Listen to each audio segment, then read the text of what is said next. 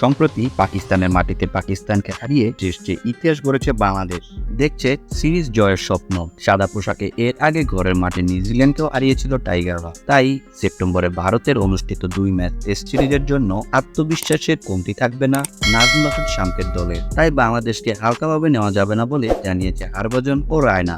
বার্তা সংস্থা এনআইকে রায়না বলেন, এখন একটি দল গঠন করা হবে। দিলীপ ট্রফিতে শীর্ষ খেলোয়াড়দের অন্তর্ভুক্ত করার দারুণ উদ্যোগ নিয়েছে বিসিসিআই। লাল বলের ক্রিকেট খেলা অনেক কিছু জানা যায়। বাংলাদেশকে হালকাভাবে নেওয়া যাবে না, কারণ তাদের দারুণ স্পিন বোলিং আক্রমণ ও কয়েকজন ভালো খেলোয়াড় আছে যারা লম্বা সময় ধরে ভালো খেলছে। অস্ট্রেলিয়া সফরের জন্য দুর্দান্ত প্রস্তুতি হবে এই সিরিজ। হরভজন বলেন, অসাধারণ একটি সিরিজ হবে।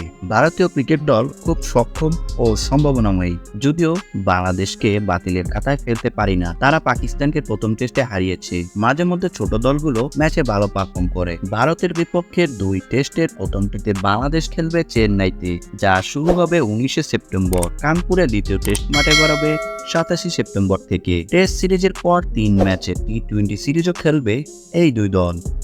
ভিডিওটা শেষ পর্যন্ত দেখার জন্য সবাইকে অনেক অনেক ধন্যবাদ। তো আশা করি আপনারা সবাই আমাকে সাপোর্ট করবেন, আর আমার এই চ্যানেলটা সাবস্ক্রাইব করে দিবেন, লাইক কমেন্ট শেয়ার করবেন। তো সবাই ভালো থাকবেন। আর ভিডিও সম্পর্কে কোনো মতামত থাকলে আমাকে কমেন্ট করে জানাতে পারবেন। আসসালামু আলাইকুম।